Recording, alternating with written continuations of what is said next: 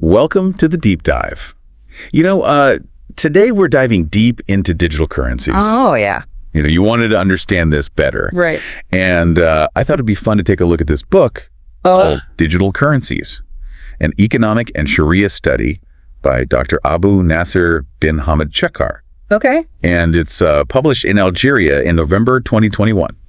Wow. So we're going to go through the evolution of money, the tech behind crypto, and even its economic and legal implications. Yeah, it's a fascinating area. And this book really places digital currencies within the broader historical context. Right, like setting the stage for a financial revolution. Exactly. I mean, like starting with the barter system. Okay.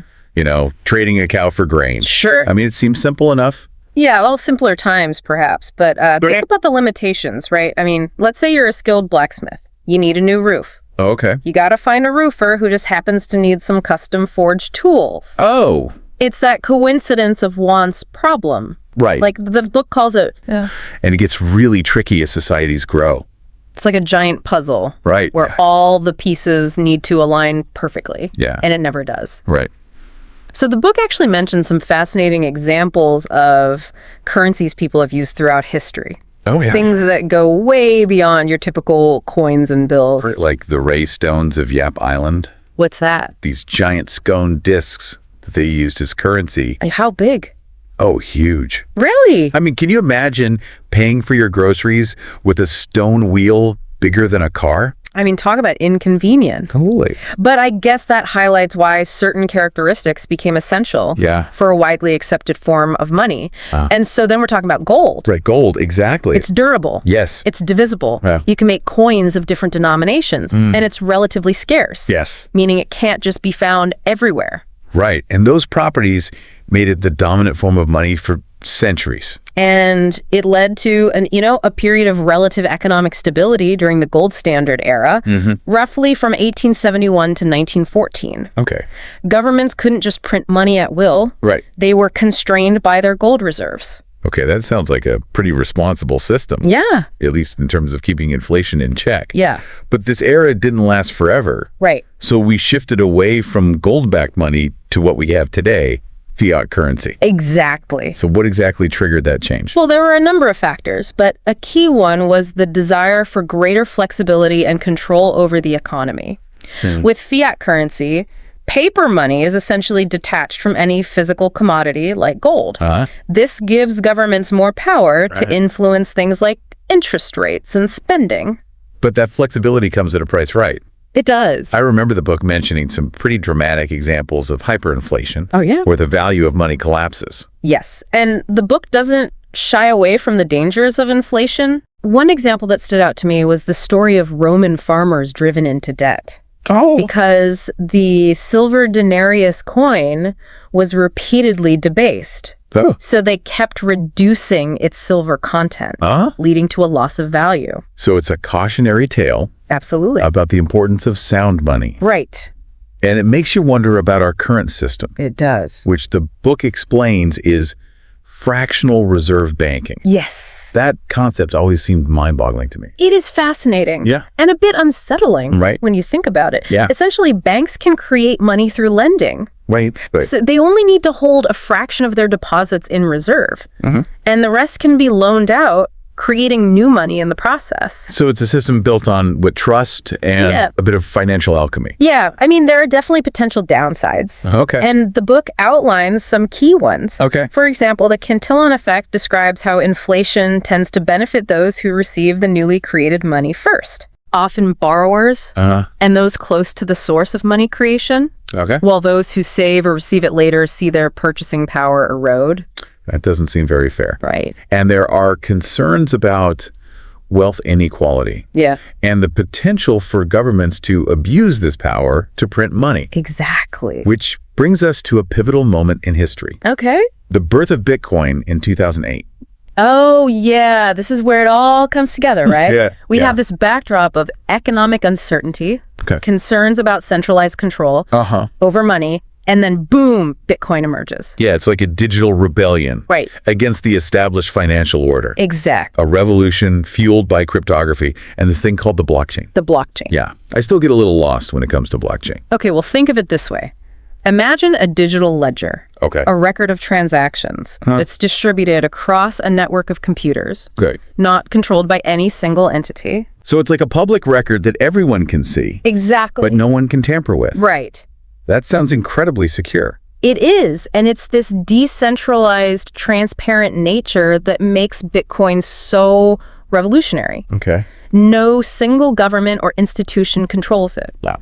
Transactions are verifiable by anyone, and perhaps most importantly, the supply of Bitcoin is limited to 21 million coins. So it's like digital gold? Yeah. But with even more interesting properties. Right, and the book goes into some really cool details about how it all works. Okay. There are these miners competing to solve complex mathematical problems, to add new blocks of transactions to the blockchain. Okay. And they're rewarded with newly minted Bitcoin. Oh, wow. And then there are these things called mining pools. What are those? Where miners join forces to increase their chances of success.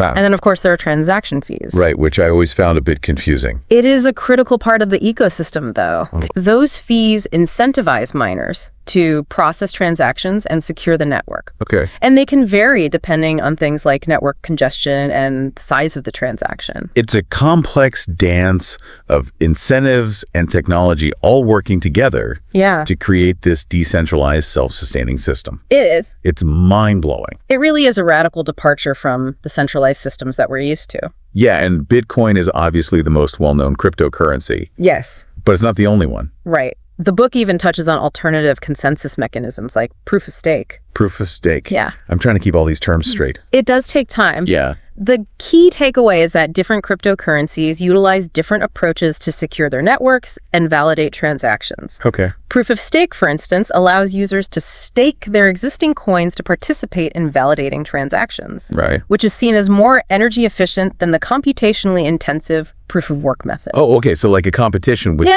different rules and strategies. Exactly. And then there's these things called hard forks and soft forks. Right. Forks highlight the decentralized nature of these systems. Okay. Imagine a community debating about the best way to improve a technology.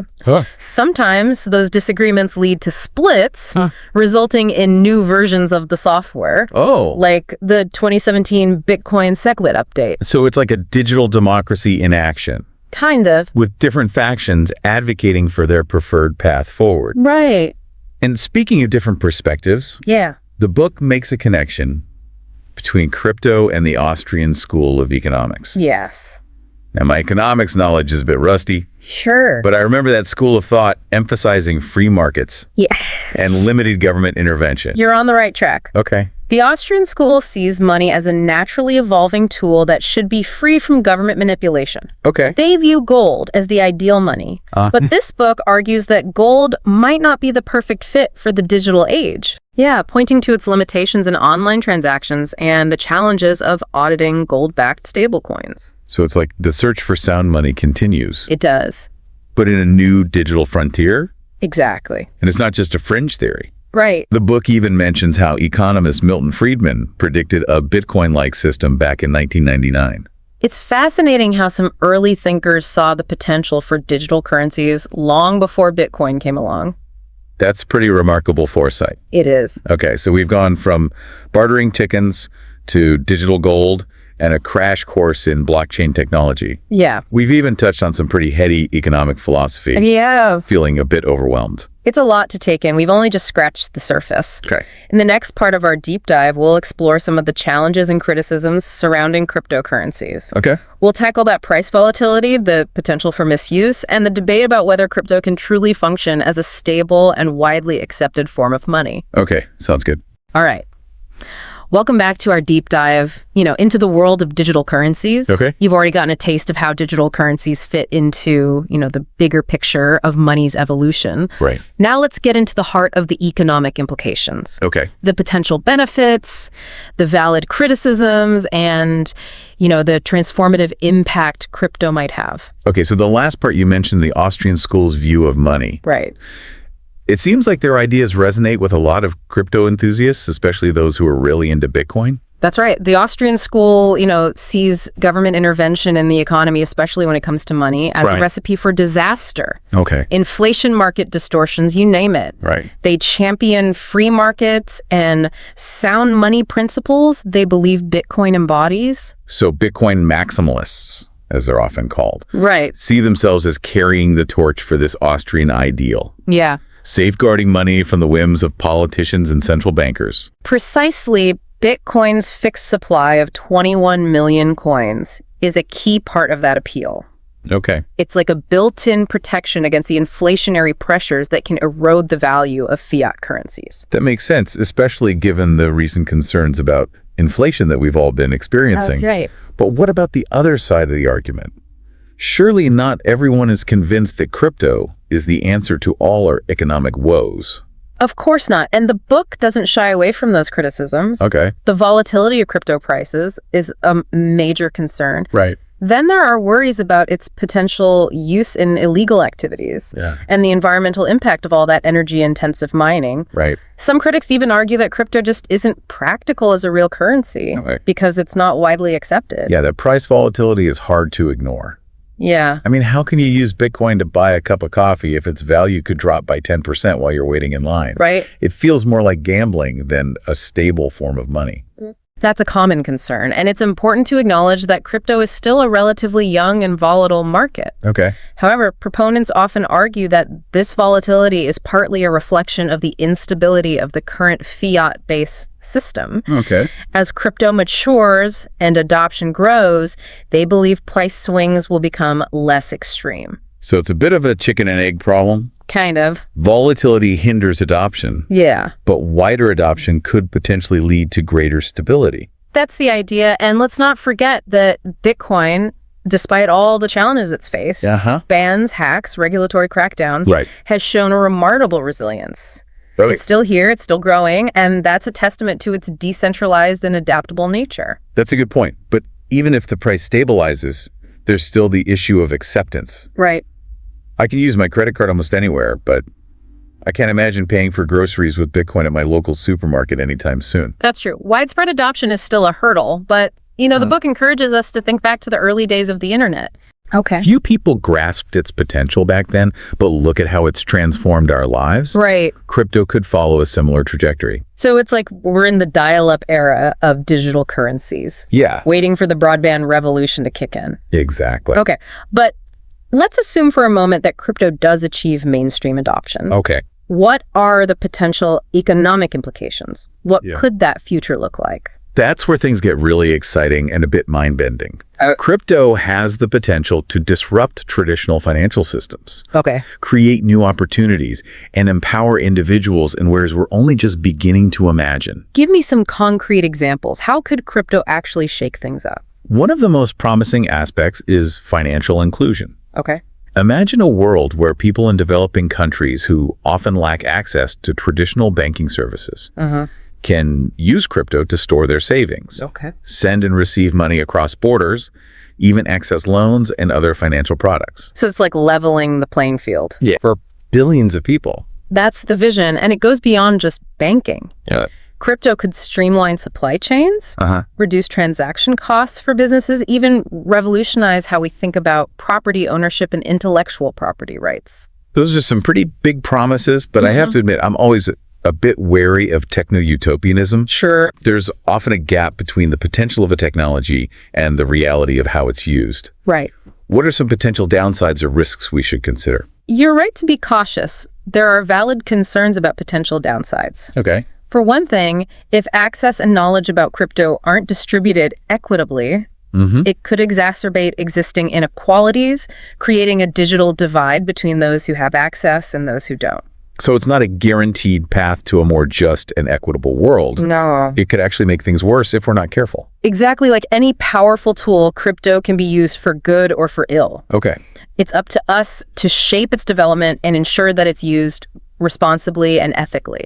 we need to think critically about who benefits, who's left behind, and what safeguards are in place. That's a crucial point. It's like we're at a crossroads. Yeah. And the decisions we make now will determine the trajectory of this technology and its impact on society. It's a lot of responsibility. It is, but it's also incredibly exciting to be part of this conversation, to witness such a profound shift in how we think about money and value. Yeah. Even if crypto doesn't live up to all the hype, Right. the innovations it sparked are already having a ripple effect on the world. Absolutely. Okay, we've covered a lot of ground here. We have. The economic philosophy behind crypto, the arguments for and against it, and the potential for both positive and negative impacts. Yeah. My head is spinning a bit, but in a good way. It's a complex topic and we're just scratching the surface, but I think the key takeaway is that cryptocurrencies represent a fundamental challenge to the status quo. They force us to rethink our assumptions about money finance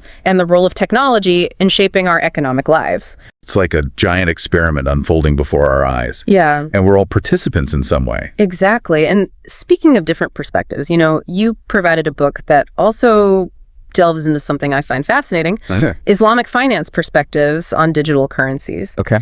How do these innovations align with or challenge traditional Islamic principles? Right. That's where we'll pick things up in the next part of our deep dive. Welcome back to the deep dive. So we've explored, the evolution of money, the tech behind crypto, and the economic implications. Right. But now we're going to take a fascinating turn Okay. and explore Islamic finance perspectives on digital currencies. Oh, yeah. Something I know you're particularly curious about. I am.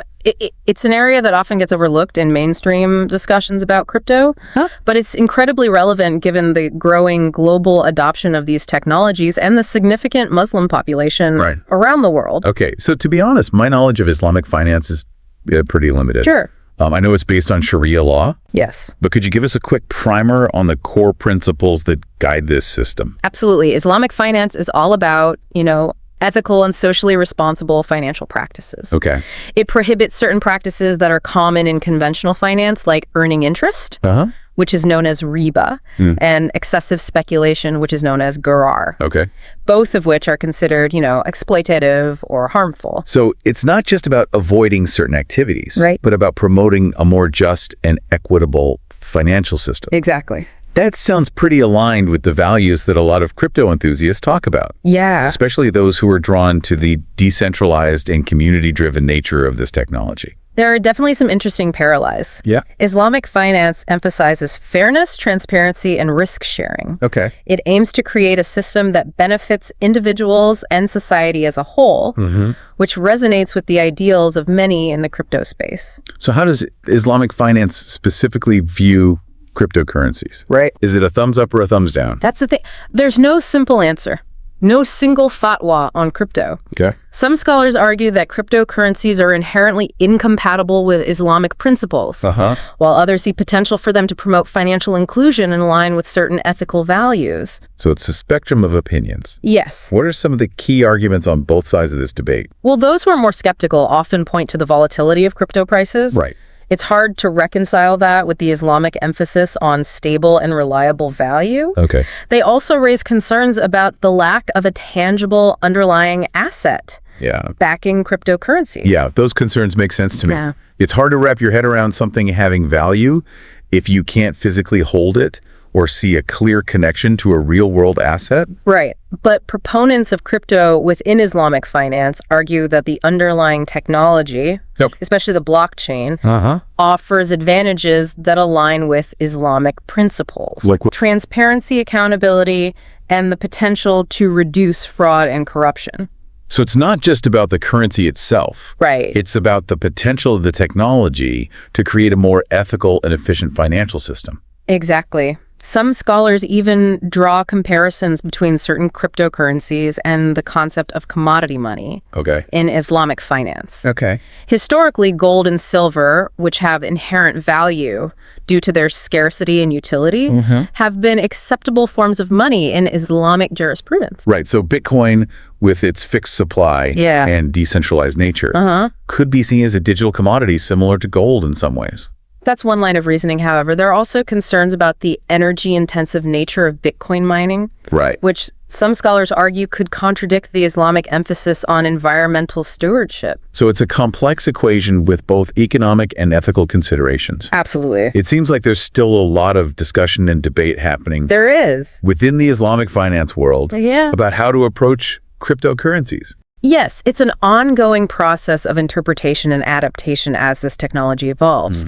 But what's important is that these discussions are happening, that Islamic scholars and financial experts are engaging with these innovations and seeking ways to align them with core principles. That's encouraging to hear. Yeah. It shows that Islamic finance is not static.